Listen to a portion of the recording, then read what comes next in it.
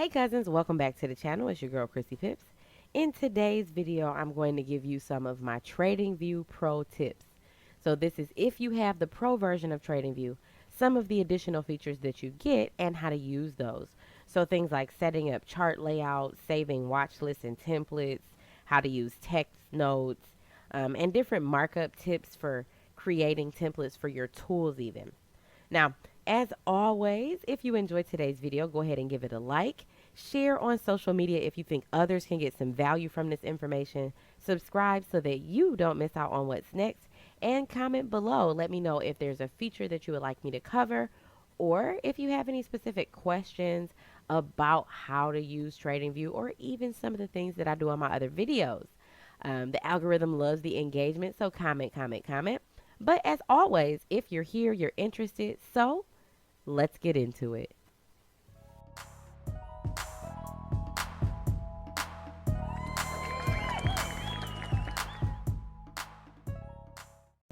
Now, getting into tip number 1, and that's going to be how to save your chart layouts. With Pro, you do get to save up to 5 different chart layouts. So, after you've right-clicked on your screen, changed your settings, right? You've fixed all of your colors to be exactly what you want them to be. You've changed like the appearance for the background, right? And we're going to change these to gray as well to make them disappear, right? Click OK, and we can save this layout. So you go up to the left-hand corner here, and you can save the layout, okay? If you save the layout, what happens is you get a little layout list. So let's change to my normal layout, which is our pink, black, and white. But you can flip through these. So I have one called guest here. If I have people who are brand new to foreign exchange and crypto, it's a lot easier for them to equate buys and sells to green and red, right? So I have a chart layout specifically for that, but that makes it easier on me because I don't have to go in and save the different colors and things every time I'm talking to somebody new. So this is tip number 1. Now, tip number 2 is going to be creating your watch list. Now, someone asked me how I have all of these different colors and things over here. So you can create different watch lists here on the side. And what you do is fix everything to how you want it. So if you have the Pro version of TradingView, you can click on the little tab and the color bubbles pop up. You can use all of the color bubbles when you have the Pro version. When you do that, you're actually creating little lists. So if I go in here and I click green, it'll only show me the things that are highlighted with the green label. Same thing for blue, same thing for red, right? So those are individual lists that you can separate by color. Now, for those of you who are trading binary options, having a binary options or HFX list comes in handy, trust me. So if I'm trading with my team, say we're trading 4 different pairs, right? I can go in and I can highlight the pair that I'm looking at specifically in a separate color and still keep the other ones on my radar. Flipping back and forth between charts when people have questions makes it difficult to trade like binary options on a 1 minute, but this helps to simplify that because I can easily identify which charts we're actually looking at for the session and flip back and forth between them, and then I can always keep sight of the one that I am specifically looking at. Because yes, we do trade as a team, but sometimes I'll help out, well, all the times I'll help out and answer questions about the other charts and how they're moving and things like that. So using the tabs inside of your list is tip number 2, okay? Now for these watch lists, all you do is hit create new watch list, give it a name, and it'll show up down here at the bottom. So my list 1 has all of my Forex in red. My indexes do not have a label because I'm not a fan of purple, so I'm not going to use it. Green are my actual just little charts for gold, silver, and oil. Blue is all the Bitcoin stuff. And then I have gold down here for some stock charts that some stocks that I actually hold, but I want to look at their charts from time to time. So once you have everything set up the way that you want it, just create a list. Okay, so that was tip number 2. Remember, you just come right up here and you can create it. Once you've created it, give it a name, rename it, you'll be good to go. With this, I don't know exactly how many lists you get. I think it's 5 for this as well. Okay. Now, tip number 3 is how to set up indicator templates. So, you can add indicators on using the indicator and strategies button at the top. Once you've added them though, how do you save those templates? So let's say here, I'll click it. Now it is blurred out because I will not be sharing the indicators that I'm using. You do need to be on my team, but down here you can save once you've gotten all your indicators on your chart, and once you've set them up properly, because you can change the ratios and settings inside of each individual indicator. After you've done all of that, you can come to this button. So it looks like the little indicators and templates button. It has the little lines up and down with the bar. You can save these settings. What that does is every time you change your chart or change, how before we saved the chart layout, every time you change your chart layout, it's going to give you the ability to put on that indicator template set from maybe one of your other charts, okay? Maybe one of your other layouts. That makes it really easy too, because when I'm showing guests, I do remove all of my indicators from my chart to simplify things, because it can get a little overwhelming when you're brand new. So I like to just show a chart with bars on it, but I don't like to lose my settings for my indicators. So you can click on this button, save indicator template, and it'll be right here for you. Okay. That is going to be our tip number 3. Okay. So tip number 4, I've showed you the text notes tip before, but we're going to go over it again. This is one of my favorites to give out to new students joining the team. When I give homework and things like that, it makes saving some of the information that we use for trading different ratios and our trading plans very easy to get to where you need them, right? Like having a notebook is cool, but having a notebook and having the tips that you need right underneath your chart is even better. So if you're trading a specific zone, right, I'll have my team write the rules out to how you trade that zone, what information you need to enter and exit the market while trading that zone down here in the text notes section. It makes it very easy to get used to using those rules because they're very easy to find, right? You can't always find your notebook when you want to. For some strange reason, they just disappear. But this will not go anywhere. Now, please remember to never, ever, ever, ever, ever, ever, ever click the X. The X will delete your note. If you want this screen to disappear, you either click on text notes again, or you click the little hide button here. Please don't ever click the X because you will be extremely upset with yourself. Okay? This has been tip number 4. Now, tip number 5 is going to be a little list of things.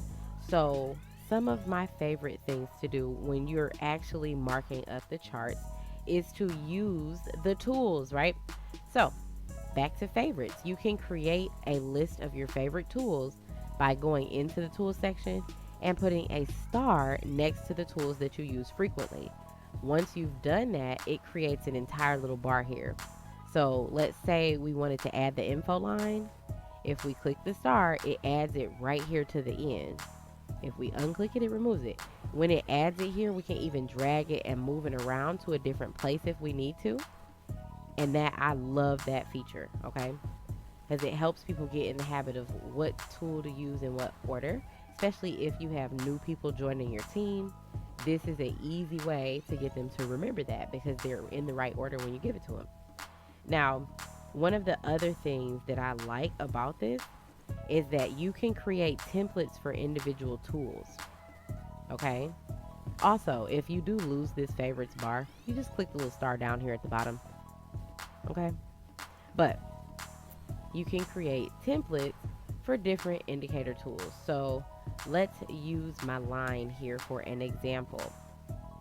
So once you click an object, a new box pops up. This gives you the ability to change the colors, thickness, clone it, lock it, and things like that. So in this bar, I have templates saved. So I have an entry line already saved, move stop loss already saved, stop loss already saved, and take profit already saved. So I don't have to go in and type this stuff out every time I get ready to use it. You can also do the same thing for all the tools, right? So the vertical lines. So exit time, this will be the candle that I exit on once I'm in the trade. And then I have my go baby go line. This is where I got in, right? So this comes in handy. It does the same thing for like Fibonacci. I have different fibs here that I can use. So I have a black and white fib that just has price on it. And then my lines only fib I typically use when I'm doing YouTube videos. I have one that is Kurt settings. Kurt is my mentor. It's our team mentor, or he is our team mentor. So I have a fib that's set up exactly like his that I use from time to time. So saving the templates here is pretty simple too. You go ahead and open the item, double click it, and then you can start to change the style and all of that. And then you can save it as a template. So I have a sale box here. I have 30-minute supply, right? And you can just save the template and then click back on it later to go through changing everything without having to mess with the settings every single time you draw a box or a line. Okay, it's the same thing for the line. You double click it and you can add your text to it. The coordinates is just going to be wherever you move it up or down, but you can change the style and things like that as well. So I love creating templates for the tools that I use. Makes it very convenient when you're trying to do markups quickly because sometimes the market's moving faster than you are. This helps to kind of catch you up a little bit. Now, another one that I want to show you is how to set alarms on tools. You can literally like right click on almost everything in here. If you right click on a line, it'll let you add an alert on a horizontal line. If you drop a vertical line, you can right click it, add alert on vertical line. You can do the same thing for like the ray tool, right click it, add alert on ray. So this helps too when you're doing your analysis if you want to set individual items and set them as alarms because you're maybe looking for where price is going to go and see how it reacts. That way you're not missing out on the hard work that you've done to mark up the chart. So right clicking on the items and making them into alarms is an awesome feature that is available too. And the last thing that I want to show you as far as chart markup tips is going to be this little magnet tool over here. I love this thing because I'm all about the accuracy, right? So it snaps to the tip of the wicks, or if there's no wick, the very top of the candles that you're using, right? Now, before I found out about this little thing, I would zoom in. Oh, see? Glad we did zoom in. That's actually not the highest one. The candle next to it is higher. You can zoom in and snap these right to it, okay? This makes your analysis more accurate in my opinion, and it's actually easy to do. Now, I do suggest not having on the magnet if you're using something like the box tool, because you see how it jumps? It likes to snap to those candles and wicks, right? So pro tip for how to use the magnet tool though is if your crosshair, the vertical line is in the center of a body, that's where it's going to snap to. That's the candle that whatever you're holding, whatever tool you have, is going to snap to. Okay? It snaps right to them. I love this thing. But that's it for the chart markup tools. And then lastly, you guys know how I am a fan of publishing things, right? So you can always publish your markups. You can do this private or public. I do most of mine private because I only give out one trade a week on the channel. But the others I do public, especially those Mondays, I'll do public so that you guys can see them after the video. And it gives you the ability to put in all of your analysis. If you want to put in your price points and things like that, you can. If you have a Twitter or StockTwits account, you can link those and publish there too. And what happens is, because you have created one, right? You've created a published idea. You get this screen. This screen has a little play button on it. So for this, we said that we were going to look for the short here. That's what this idea was. When I filled it out, I said I was looking to short once price got here. What happened? Once price got here, price fell off. If you see this screen turn green, that means your analysis was correct. Okay? And it actually did this for a very long time. So we were right for a really long time. This was a very fun trade. And I called this out, I think, last week. Yeah, October 8th, so the week before last.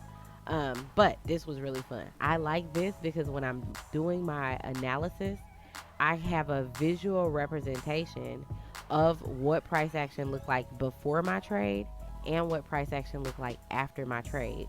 So in the event that a trade doesn't go the way that I think it's going to go, I can look at that price action and kind of like just see what I may have missed as far as information that the market was providing. So publishing for me is a really, really, really big thing. But let's go back. Now, when you publish things, if you do decide to make them public, there are little chats that you can go into. People can comment on your different markups, and you'll see those here. It says private chats. There are also public chats that people can send you if you want to see your ideas. Your ideas are up here. The first little light bulb, so you can see all of the ones that you post. Those do stay up for 90 days. So if you have a digital trading journal, you have 90 days to move everything over to it. If you guys would like to know more about my digital trading journal, just let me know in the comments below. I might make a video if I get enough comments. But let's see. Yeah, so you have ideas here. You can click back to see how you did, especially if the market is closed. You can see how many people agreed with that idea that are in the TradingView community. So this is like the last tip is publishing, but it's really, really good to do in my opinion, because I like to see, like visually see exactly what happened. I am a visual learner, so this does help me like quickly catch on to new things. So that's gonna wrap us up right here. Now, we did change the posting schedule. We will only be posting on Mondays and Fridays. I haven't quite worked out the times yet because I have some stuff going on with my team that takes priority, but we will be posting for sure on Mondays and Fridays going forward, because my team and I, we trade 6 times a week live, and that's 2 times Tuesdays, Wednesdays, and Thursdays. So for me to try to get on with my team and everything, doing the Wednesday videos was just difficult, right? So we'll be doing Fridays and Mondays. But that's going to wrap us up right here. If you guys enjoy the content in the video, go ahead and give it a like. Share on social media if you think others can get some value from this information. Subscribe so that you don't miss out on what's next. And comment below. Let me know if there's something else that I could do for you as far as creating videos to help you on your trading journey. But that's going to wrap us up. I'll see you guys in the next video. Have an awesome and productive day. Bye.